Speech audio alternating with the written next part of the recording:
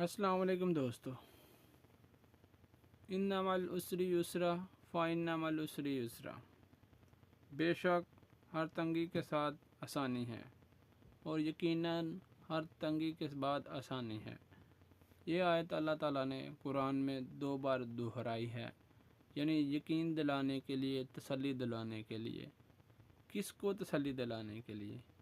اشرف المخلوقات یعنی انسان کو، کیونکہ اللہ تعالیٰ کو پتہ تھا کہ انسان آنے والے وقت میں بے صبرہ ہو جائے گا، ہمت چھوڑ دے گا، مایوس ہو جائے گا، مشکلات تھوڑی سی بھی آ جائے گی تو سب کچھ چھوڑ کے بیٹھ جائے گا۔ اس لیے اللہ تعالیٰ نے یہ آیت 2 بار دہرائی ہے میرے بھائیوں، 2 بار۔ کیوں؟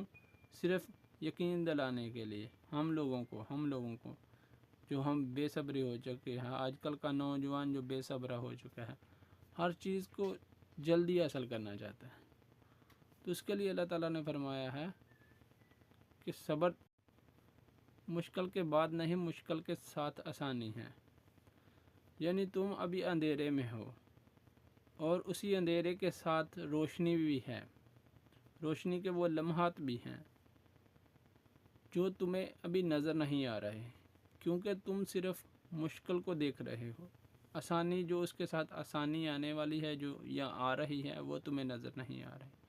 تو دوستو، یہی تو بات کرنے کا مقصد کہ آج کا نوجوان بے روزگار تو ہے، لیکن اس کے ساتھ جو آسانی آ رہی ہیں اس کو نہیں دیکھ رہا۔